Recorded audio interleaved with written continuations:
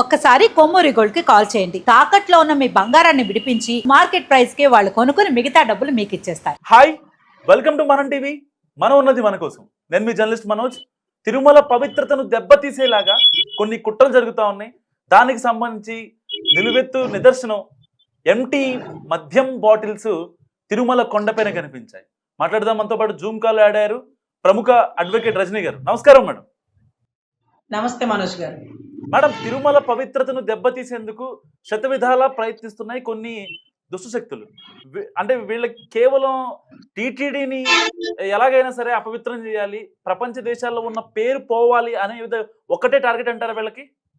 ఒక్కటి మనోజ్ గారు, భారతదేశ సంపద అందున ఆంధ్ర రాష్ట్రంలో కొలువైనటువంటి ఏడుకొండల స్వామి, ఏదైతే మన వైకుంఠ ధామం తిరుమల తిరుపతి దేవస్థానం ఉందో అదే మనకి రాష్ట్రానికి సంపద, దేశానికి ఒక సంపద, అన్నిటికీ ఆధ్యాత్మిక కేంద్రం, దేశ విదేశాల నుంచి వచ్చి చూసేటటువంటి ఒక ప్రముఖ పుణ్యక్షేత్రం, అత్యధిక ఆదాయం కలిగినటువంటి క్షేత్రం కూడా తిరుమల తిరుపతి దేవస్థానం. సో ఇటువంటి ఆధ్యాత్మిక కేంద్రం మన ఆంధ్ర రాష్ట్రంలో ఉన్నందుకు నిజంగా ఈ రోజుకి చెన్నై వాసులు బాధపడుతున్న తరుణం. శ్రీశైలం మన దగ్గర ఉందని ఈ రోజుకి కర్ణాటక వాసులు బాధపడుతున్న తరుణం. అంత పెద్ద ఆధ్యాత్మిక కేంద్రాలైనటువంటి తిరుమల గాని, లేకపోతే శ్రీశైలం గాని, ప్రత్యాధునిక పంచారామాలు కానీ మన ఆంధ్ర రాష్ట్రంలో కొలువైనది. ఇది ప్రత్యేకంగా ఒక డివోషనల్ ప్లేస్ అని చెప్పచ్చు. ఒక డివోషనల్ ప్లేసెస్ ఆంధ్ర భూమి. సో నాకు అర్థం కాని విషయం ఏంటంటే, సమస్య వచ్చినప్పుడు ప్రతిపక్షం రావాలి, కానీ సమస్యని ప్రతిపక్షం సృష్టించకూడదు. నిజంగా ఆధ్యాత్మిక కేంద్రమైన తిరుమలలో ఏదైనా తప్పు జరిగినా, తిరుపతిలో ఏదైనా తప్పు జరిగినా మీరు ప్రశ్నించండి, మీరు ముందుకు రండి. మీరున్నదే ప్రతిపక్షం, మీరు ఉండాలి, మీరు నిలబడాలి, మీరు పోరాడాలి, మీరు ప్రశ్నించాలి. కానీ విధానాల మీద ప్రశ్నించాలి, వ్యక్తిగత విమర్శలు వద్దు. అదే రకంగా సమస్య వచ్చినప్పుడు బయటికి రండి, సమస్యను సృష్టించకండి. ఈ రోజు జరిగినటువంటి దృశ్యం చూస్తుంటే కొండ మీద సాక్షి రిపోర్టర్ తో బీర్ బాటిల్స్ లేకపోతే మందు సీసాలో తీసుకెళ్లినారట. అది చూసినారు, అడుగడుగున ఉండే సీసీ కెమెరాలో బంధించబడింది. ప్రముఖమైన ఆధ్యాత్మిక కేంద్రంలో మందు సీసాలు ఎలా దొరిని, భద్రతా విధాన లోపం అంటూ మీరు ఈ రోజు తిరుమలని ప్రశ్నిస్తున్నారు, ప్రభుత్వాలని ప్రశ్నిస్తున్నారు, పోలీస్ వ్యవస్థని ప్రశ్నిస్తున్నారు. కానీ మీరెందుకు తీసుకువెళ్తున్నారు? మీరెందుకు సమస్యను సృష్టిస్తున్నారు? ఎవరు అంత ధైర్యం చేయలేదే? ప్రభుత్వం మీద బురద జల్లడానికి ఇంకేమీ లేవా? ఎందుకు ఇలా? ఇది తప్పు కదా. ఇంకొక విధానాల్లో ప్రశ్నించండి. తిరుమల అంటే మీరు నమ్మండి, అది ఒక వైకుంఠ ధామం, ప్రత్యేకమైన దీవి. అది ఈ రోజుకి హెల్మెట్ లేకుండా మా గుంటూరులో, మా విజయవాడలో అక్కడెక్కడ తిరిగిస్తారు పట్టుకొని. కానీ అంటే తిరుమలలో హెల్మెట్ లేకుండా పైకి కూడా ఎక్కకూడదు. నువ్వు అక్కడక్కడ తిరుగుతానంటే కాదు, పైకి కూడా ఎక్కకూడదు. లైసెన్స్ లేకుండా ఎంతమంది ప్రయాణం చేస్తారు ఆంధ్ర రాష్ట్రం, భారతదేశంలో? కానీ లైసెన్స్ లేకుండా, హెల్మెట్ లేకుండా కొండెక్కకూడదు. గంజాయి లేకపోతే విచ్చలవిడిగా దేశం అంతా ప్రబలుతుంది, కానీ కొండెక్కదు. అదే రకంగా పొగాకు రాష్ట్రానికి, దేశానికి వాణిజ్య పంట, ఆదాయం, ఇంధనం అక్కడ ఉండదు. మందు రాష్ట్రానికి ఇన్కమ్. 25 ఏళ్లకి తాకట్టు పెట్టిన వాళ్ళకి కానీ, ఈ రోజుకి కానీ, బెల్ట్ షాపులకు కానీ ఇంధనం. కానీ మా కొండ ఎక్కదు, ఎక్కనివ్వడు స్వామి. అంటే నీకు పండే పొగాకో లేకపోతే మందు అన్ని కిందే. సెక్యులర్ కంట్రీ భారతదేశం మొత్తం, ఆంధ్ర రాష్ట్రం కూడా, తిరుమల కూడా, అంటే తిరుపతి కూడా. కానీ తిరుమల చూసినారా? ఎప్పుడు మీరు ఊరంతా, దేశమంతా సెక్యులర్ అనండి, కొండ ఒక్క సిలువ కూడా కొండెక్కని. ఏ మతస్థులు కొండెక్కినా డిక్లరేషన్ ఫామ్ మీద సంతకం పెట్టాలా, మా దేవుణ్ణి నమ్ముతున్నాం, ఈ కొండని గౌరవిస్తున్నాం, పూజిస్తాం మా దేవుణ్ణి అని అంటేనే కొండెక్కుతారు. సోనియా గాంధీ అయినా, అబ్దుల్ కలాం గారైనా, మొన్న ఎక్కినటువంటి గవర్నర్ గారైనా, whatever it may be, ఏ మతస్థులైనా డిక్లరేషన్. అంటే అక్కడ రూల్స్ చూడండి ఎంత గొప్పగా ఉన్నాయో. అవి భారతదేశం మొత్తం పాటించింది అనుకోండి, అసలు భారతదేశం ఎలా ఉంటదంటే హైందవ దేశంలా ఉంటది. కొన్ని వద్దులేండి, అన్ని మతాల్ని మనం గౌరవిద్దాం, కానీ ఎవరి మతాన్ని వాళ్ళు గౌరవించుకుంటూ పక్క మతాన్ని కూడా గౌరవిద్దాం. ఈ రోజు మీకు న్యూస్ కావాలి, స్వామి ఒక పెద్ద న్యూస్ కదా, స్వామి ఒక పెద్ద న్యూస్ చేసేసి మీ దరిద్రపు కొట్టు డైవర్షన్ పాలిటిక్స్ లో కూడా స్వామి వారి పేరుని వాడి తిరుమలగిరి మీద ఏంటి ఏంటి మందు బాటిల్స్. మరేమో ఎక్కడి నుంచి వచ్చినాయి, ఎవరు తెచ్చినారు, తెచ్చిన వాడికి ఎంత పెద్ద శిక్ష వేయాలి, నాన్ బెయిలబుల్ అఫెన్స్ పెట్టాలి. కొండ మీదకి తెస్తావా, అక్కడ రూల్స్ వేరు కదా. ఈ కొండ నాది ఆ కొండ నాది అన్నవారు కొండ గుట్టల్లో కలిసిపోయినటువంటి పరిస్థితి. అటువంటి కొండ అండి నాకు ఎంత ఇష్టం అంటే, నా లా డిగ్రీ మా గుంటూరులోనే జేకేసి ఏసీ కాలేజీలు టాప్లు ఉన్నాయండి. మా విజయవాడలో సిద్ధార్థ పెద్ద పెద్ద కాలేజీలు ఉన్నాయండి. కానీ ఒక ఆధ్యాత్మిక కేంద్రం అయినటువంటి అక్కడ ఒక ఎస్వి యూనివర్సిటీనో ఒక పద్మావతి యూనివర్సిటీలోనో చదవాలని అదృష్టం. అది ఎన్టీ రామారావు గారి పుణ్యం అంటూ మహిళలకు ఒక ప్రత్యేకమైన యూనివర్సిటీ, ఇది మా దందా, ఇక్కడ మేమే యూనియన్, ఇక్కడ మాదే బలం అన్నట్టుగా పద్మావతి మహిళా యూనివర్సిటీలో 3 సంవత్సరాల లా విద్యార్హత పూర్తి చేసిందని. అంటే అంత డివోషనల్ ప్లేస్ అది. ఆ గడ్డ మీద చదివి బయటకు వచ్చిన, అంటే ఇప్పుడు పెద్ద పెద్ద రాజకీయ నాయకులు మేము చూసే పెద్దిరెడ్డి రామచంద్రారెడ్డి గారు కానీ, చంద్రబాబు గారు కానీ, పెద్ద పెద్ద నాయకులు కానీ అందరూ ఎస్వి యూనివర్సిటీ ప్రొడక్ట్స్ అవి. ఆ సంపదని అసలు ఎంత గొప్ప ఆధ్యాత్మిక సృష్టి అంటే అది నిజంగా స్వామివారి కళ్యాణం జరిగినప్పుడు ఉన్నవారు మాత్రమే అక్కడ ఆధార్ కార్డు కలిగి ఉంటారు. ఆ పెళ్లికి తొంగి చూడడానికి వచ్చి బంధువర్గంగా వచ్చిన వారు విజిటర్స్ లుగా ఆ ఊరిని చూసి పోతారు ఒక 3-4 రోజులు ఉండి.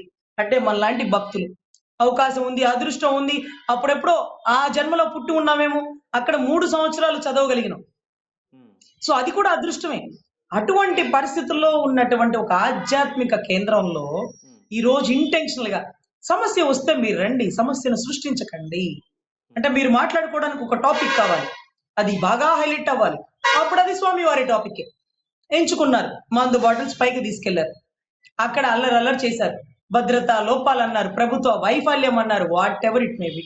ఈ రోజు బయటపడిందా ఈ చోట కర్మ ఈ చోటే అనేటటువంటి సిద్ధాంత నానుడి కలియుగ ప్రత్యక్ష దైవమైనటువంటి శ్రీ వెంకటేశ్వర స్వామి దగ్గర ఆ రోజు ఆ కొండ ఏడో కొండ మాదయ్యా అన్నవారు కొండ గుట్టల్లో పావురాల గుట్టల్లో, అరే ఏంటైనా కానీ అసలు మనం చెప్పుకోదగింది కాదు.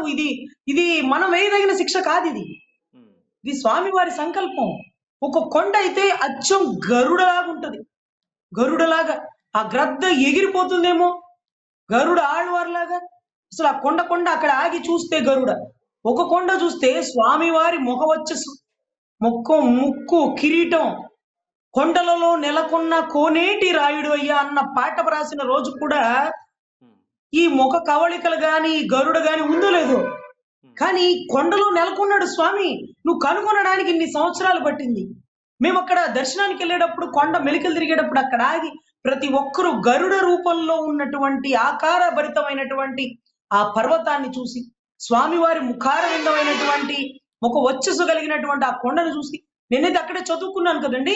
ఆ ముఖ వచ్చేసి ఏదైతే మనకి ఏదైతే దండ వేయడానికి సరిపోదు, బిందెలు పెట్టి దండలా కడతారు, కింద నుంచి పెద్ద దండలా కనపడుతుంది. ఆ కట్టే ప్రదేశానికి వెళ్ళి చాలా దగ్గరగా ఆ కొండ ముఖ వచ్చేసి చూశాను. ఎంత అదృష్టము, ₹1 కోటి లాటరీ తగిలినంత సంతోషం. అరే అంత దగ్గరగా స్వామివారిని చూసాను, నేను చూసాను, మీరు చూసారా? మీరు చూసి ఉండరు. ఆ అదృష్టం నాకు తగిలింది, మీకు తగలే చూసినారా? సో అది మన అదృష్టంగా భావించాలండి. ఒక రోజు దర్శనం దొరికితే చాలు. చాలా మంది మీకు ఆ పోస్టులో ఈ పోస్టులు అంటే, ఏ పోస్ట్ అయితే మాకెందుకు సార్, కొండకి దర్శనానికి వెళ్ళగలిగితే చాలు సార్, అంతకు మించి అక్కర్లా. స్వామివారి సంకల్పం వచ్చిన రోజున దర్శనానికి అవకాశం ఉండి ఒక్కసారి స్వామివారిని చూసుకోగలిగితే అంతకంటే మించింది లేదు అనే పరిస్థితి అండి. ఈ రోజు దయచేసి రాజకీయ నాయకులు వేరే ఎవరైనా కానివ్వండి, ఎవరైనా కానీ రాజకీయానికి స్వామివారి కొండకి ముడి పెట్టకండి. కొండ మీద అన్యాయం జరిగితే ఆయన శిక్ష వేసుకోగల సమర్థత గల నాయకుడు, మీ అందరికంటే ఒక గొప్ప నాయకుడు ఆయన. మీరు రాజకీయ నాయకులు, ఆయన నాయకుడు అంతే. ఈరోజు కల్తీ లడ్డు ఏం చేసినారో మాకు తెలియదు, అదే రకంగా పరకమణి ఏం జరుగుతుందో మాకు తెలియదు. కానీ మాకున్న నమ్మకం స్వామి వారి మీద సంకల్పం. అయ్యా నువ్వే చూసుకో, నీ సొమ్మును కొట్టేస్తున్నారంట వాళ్ళు. పాపం నీ సొమ్మును కొట్టేస్తుంటే కాపాడిన సతీష్ అనేటటువంటి ఒక నిజాయితీ గల ఉద్యోగి ఈ రోజు బలైపోయినాడు స్వామి. నీ ప్రేమానురాగాలు, లేకపోతే నీ బ్లెస్సింగ్స్, నీ దివ్య దీవెనలు ఆ కుటుంబానికి ఉండాలని మనస్ఫూర్తిగా కోరుకుంటామని. వేరెవరు కోరుకుంటారో నాకు తెలియదండి. సతీష్ నా తోడ పుట్టినోడు కాదు, నాకు తెలిసిన వాడు కాదు, నేను ఎప్పుడు అతన్ని చూడలేదు. కానీ ప్రతిరోజు గుర్తుపెట్టుకుంటా, ప్రతిరోజు తలుచుకుంటా ఆ కుటుంబానికి మంచి జరగాలి అని. నేను కర్నూలు కేసుకు వెళ్ళినప్పుడు అండి, కుమ్మరి సంఘాలు రోడ్డు మీద ర్యాలీలు చేస్తున్నాయి.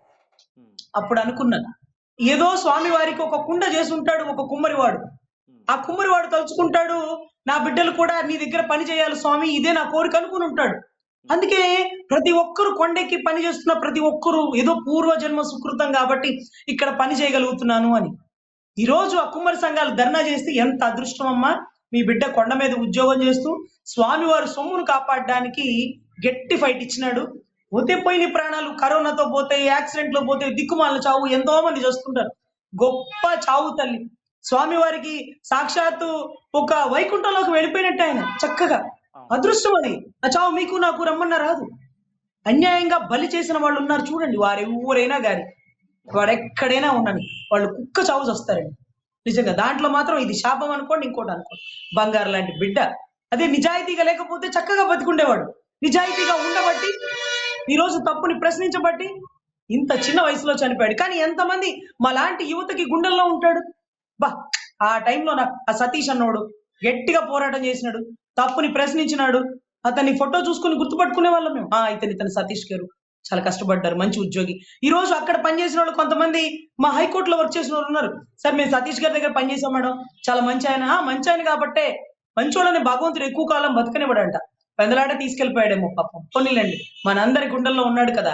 ఎంతమంది పోలీసులు ఉంటారు, ఎవరెవరికి గుర్తుంటారు.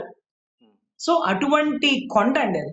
సో ఆ కొండ మీద ఈ రోజు ఒక మందు సీసా పెట్టేసి ఒక ఆధ్యాత్మిక కేంద్రాన్ని మీరు కించపరిచి, ఏదో ప్రభుత్వ వైఫల్యం లేకపోతే భద్రతా లోపాలు ఎన్ని నిందలేసినా అది ఎవరి వల్ల జరిగింది అనేది ఎట్టకేలకు తెలిసిపోతుంది. సో అలా తెలిసే కదా ఈ రోజు ఒక మీడియా మిత్రుడో లేకపోతే ఇంకొక వ్యక్తిలో కెమెరాలో బంధించబడి గట్టిగా దొరికేస్తున్నారు. సో ఖచ్చితంగా మనం ఒక దివ్య క్షేత్రం, ఒక ఆధ్యాత్మిక క్షేత్రం, లేకపోతే తిరుమల తిరుపతి దేవస్థానం, ఒక వైకుంఠ ధామం అంటూ మనం చాలా గొప్పగా కొనియాడుకోవాలి. కానీ స్వామి సొమ్ముని పూరపాటను కూడా తాకూడదండి. ఆఖరికి ఆ సొమ్ము కొట్టేశారన్నటువంటి రవికుమార్ ఎవరైతే ఉన్నారో ఆయన కన్నీటి పర్యంతం అవుతూ మీడియా ముందుకు వచ్చినాడు. అయితే నాకు తెలిసి కనుక్కున్నవాడు చనిపోయాడు, దొంగలించిన వాడు ఇంకా కూడా బతికున్నాడు. అంటే నేను అనుకునేదాన్ని, మన మీడియాలో కూడా చాలా సార్లు చెప్పాను మనోజ్ గారు, ఏదైతే దొంగలించిన వాడికి భద్రత పెంచండి, ఇది చాలా కీలకమైన కేసు, దీని మీద చాలా నిఘా పెట్టి ఉంచండి. ఎవరో ఒక ప్రాణాన్ని బలికొనే వరకు ఈ చుట్టుపక్కల వారు ఊరుకోరు. అరే పెద్ద పెద్ద నాయకులు, బీజేపీ నాయకులు, ఆయన భానుప్రకాష్ రెడ్డి గారు కన్నీటి పర్యంతమై ఏడ్చి ఇవాళ ఉంటాను రేపు ఉంటానో లేదో తెలియదు, అయినా స్వామివారికి జరిగిన అన్యాయాన్ని ప్రశ్నించకపోతే ఆ బతుకు ఒక బతుకు కాదు, ఆ కుటుంబం ముందుకు వస్తుంది, నేను ప్రశ్నిస్తానన్నా. అంటే అంత గొప్ప వ్యక్తి ఏడుస్తున్నాడు, భయపడుతున్నాడు అంటే పాపం వీళ్ళిద్దరిని కాపాడాలి కదండి. నాకెప్పుడు సతీష్ గారి మీద అనుమానం రాలేదు, కానీ రవికుమార్ గారికి భద్రత పెంచాలేమో అనుకున్నా. కానీ చూడండి అతను ఎంత తెలివిగలవాడో. అంటే ఎవరు దొంగ, ఇవన్నీ చేయగలిగిన వ్యక్తి. చూస్తున్నారు, మన టార్గెట్ అంతా రవికుమార్ మీద ఉంటే సతీష్ గారిని అన్యాయంగా బలి చేసేస్తున్నారు. అదేమో నా జనరల్ కంపార్ట్మెంట్, కొట్టుకొని దూకి చచ్చిపోయారనడానికి ఏమనుకోవచ్చు. ఒక దుప్పటి ఇస్తేనే మళ్ళీ వెళ్ళే వరకు ఆ దుప్పటి అక్కడ పెడతామో లేదని చెక్ చేసుకుంటాడు. ఒక ప్రాణం ఎలా పోతుందండి. అందులో గొడ్డలతో నరికేసి పడేసినారంట. పక్కకు వచ్చి ఈ పక్క సీట్ వాళ్ళు, ఆ పక్క సీట్ వాళ్ళు, అసలు అక్కడ ఉండేటటువంటి సర్వీస్ చేసే ఒక పర్సన్, వీళ్ళందరికీ నోటెడ్ అండి. ఈ రోజు కూడా దాని కారణాలు ఇంతవరకు వెలుగులోకి రావాలి. తప్పు చేసిన వారికి శిక్ష పడాలి. ఆ కుటుంబానికి ఎవరు అడిగినా అడగకపోయినా ప్రత్యేకమైన న్యాయం చేయాల్సినటువంటి బాధ్యత, చిత్తశుద్ధి రాష్ట్ర ప్రభుత్వం కలిగి ఉండాలని నా వినతి పూర్వక కోరికండి. ఎందుకంటే అతనేమి నా తోడబుట్టిన వాడు కాదు, నాకు తెలిసిన వాడు కాదు, కానీ ధర్మాన్ని ఎరిగిన వాడు, తప్పుని ప్రశ్నించిన వాడు. అరే తప్పుని ప్రశ్నించకే కదా అన్ని దానాలు చేసిన కర్ణుడు కూడా దుర్యోధనుడు పక్కన ఉన్న పాపానికి, తప్పుని ప్రశ్నించని పాపానికి చనిపోయాడు. ఇతను తప్పుని ప్రశ్నించాడు. ఒక విదురుడు లాంటి వాడు, విదురుడు నీతులు అంటారు చూడండి, అటువంటి గొప్ప వ్యక్తులు. సో ఖచ్చితంగా వీరిని గౌరవించాలి, వీరిని గుర్తించాలి, వారి కుటుంబాలకి అండదండగా ప్రభుత్వం ఉండాలని నేను మనస్ఫూర్తిగా కోరుకుంటున్నాను మనోజ్ గారు. ఇలాంటి పనికిమాలిన పనులు దేవుడి మీద కాదు, ఇలాంటి పిచ్చి చేష్టాలు ఖచ్చితంగా కారణాలు ఎవరైనా కానీ, వారి ఎంతటి వారినైనా కానీ ఖచ్చితంగా స్వామి శిక్షించడమే కాకుండా ప్రభుత్వం అధికారం కూటమి చేతుల్లో ఉంది కాబట్టి ఇలాంటివి మళ్ళీ రిపీట్ కానికుండా అలాంటి చర్యలకు పాల్పడిన వారికి కఠిన శిక్షలు, నాన్ బెయిలబుల్ అఫెన్స్ లాంటివి పెట్టి దయచేసి కస్టడీలోకి తీసుకోవాలని కోరుకుంటున్నాం. ఎందుకంటే కింద హెల్మెట్ ఉండదు, పైన ఉంటది. కింద మందు లేకపోతే మాదక ద్రవ్యాలు లేకపోతే పొగాకు ఇవన్నీ ఉంటాయి, కానీ పైన ఏమి ఉండదు. ఐశ్వర్యరాయ్ వచ్చినా అద్దిరిపోయే అంబానీ గారి కూతురు వచ్చినా సరే ట్రెడిషనల్ బట్టలు ఎక్కడన్నా ఉంటాయా అండి? మా కింద తిరుపతిలోనే లేదు ట్రెడిషనల్ బట్టలు, తిరుమలలో ఉంటాయి సార్. పెద్దవాళ్ళు ఎవరైనా రానివ్వండి సార్, చక్కటి చీర కట్టుకోవాల్సిందే. అసలు పంజాబ్ డ్రెస్లు వేసుకున్న చున్నీ ఉండాల్సిందే. ప్రతి మగవాళ్ళు పట్టు పంచలో, మామూలు పంచలో వాళ్ళ స్థాయి తగ్గట్టుగా ట్రెడిషనల్ కట్టడాలు పంచలు కట్టాల్సిందే. చూడండి ఎంత గొప్పగా హైందవ ధర్మం మొత్తాన్ని కాపాడుతున్న ప్రత్యేకమైన దీవి అది. దాన్ని కాపాడుకోవాలి. అది మన చేతుల్లో ఉంది, మన ఆంధ్ర రాష్ట్రంలో ఉంది. అది మన అదృష్టం, మన సంపద. కనీసం సంవత్సరానికి ఒక 2-3 సార్లన్నా మనం దాన్ని చూసుకోవాలి. దగ్గరికి వెళ్ళి కొండ పైకి ఎక్కపోయినా పర్లేదు, ఆ కొండను చూసుకొని దండం పెట్టుకున్నా చాలు. ఇందు లేడు అందు లేదని సందేహం వలదు, ఎందెందుకు విధినా అందందు కలడు శ్రీ మహావిష్ణువు అని ఆ కొండ కింద ఉండి దండం పెట్టుకుని వెళ్ళిపోయినా చాలండి. అంత గొప్ప ఆధ్యాత్మిక ప్రదేశం. దాని మీద దయచేసి నిందల పాలు చేయకండి, దాని మీద రాజకీయాలు చేయకండి. కుదిరితే బోర్డు నెంబర్ని కూడా రాజకీయ నాయకులను ఆపి డివోషనల్ గా ఉన్న వారిని, ఒక ఆధ్యాత్మిక గురువు లాంటి వారిని, వేదాలు తత్వాలు తెలిసిన వారిని, తప్పు చేయడం ఇష్టం లేని వారిని, నిజాయితీ గల వారిని ఏరి కోరి వేస్తే ఇంకా బాగుంటుందండి. ఎందుకంటే కొండ మీద రాజకీయం లేదంటాం, కానీ రాజకీయ నాయకులే బోర్డు నెంబర్స్. లేకపోతే శ్రీవాణి దృష్టిలో మోసాలు, లేకపోతే టికెట్ లో మోసాలు. అదే దేవుని నమ్ముకున్నవాడు ₹1,00,00,000 ఇచ్చినా తప్పు చేయడండి. మీరు 1,000 కోట్లు ఇస్తానండి, ఎమ్మెల్సీ ఇస్తానండి, మినిస్టర్ ఇస్తానండి, మీరు ఈ సంతకం పెట్టండి, స్వామివారి భూములు కబ్జా చేసేద్దాం, అమ్మేద్దాం అంటే అయ్యో పాపం సార్, మాకు పదవులు లేకపోయినా పర్లేదు, స్వామివారికి తప్పు అలా చేయకూడదు అనేటటువంటి గొప్ప వారిని ఎంచి తీసుకొచ్చి కూర్చోబెట్టి, ఒకవేళ అలాంటి విధానాలు లేని వాడిని కొండెక్కించిన వద్దులే స్వామి సొమ్ము. అసలు చైర్మన్ గా పనిచేసిన వాళ్ళు ఇప్పుడు ఎక్కడున్నారు? ఎక్కడో ఉన్నారు, కనపడరు. ఏమో మరి తెలుసో తెలియక ఏదైనా తప్పు చేసి ఉంటారేమో. వారు గాని, వారి కుటుంబంలో సభ్యులు గాని ఎవరు రాజకీయంలో నిలబడింది లేదు, ఎదిగింది లేదు. తెలుసో తెలియకో స్వామివారిది ₹1 తీసుకుంటారేమో బహుశా, నాకైతే తెలియదు. ఈ రోజు కూడా ధర్మంగా పనిచేయండి, స్వామివారి రూపాయి తాకండి.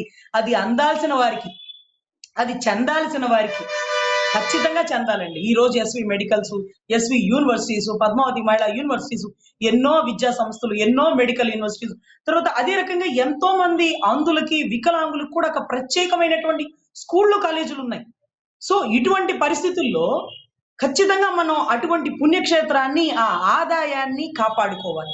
ఆ ఆదాయాన్ని తినేటటువంటి పందికొక్కుల్ని, ఎలుకల్ని పట్టుకొని మనం బంధించి కటకటాల్లో వెయ్యాలి, వారి ఊరైనా గాని.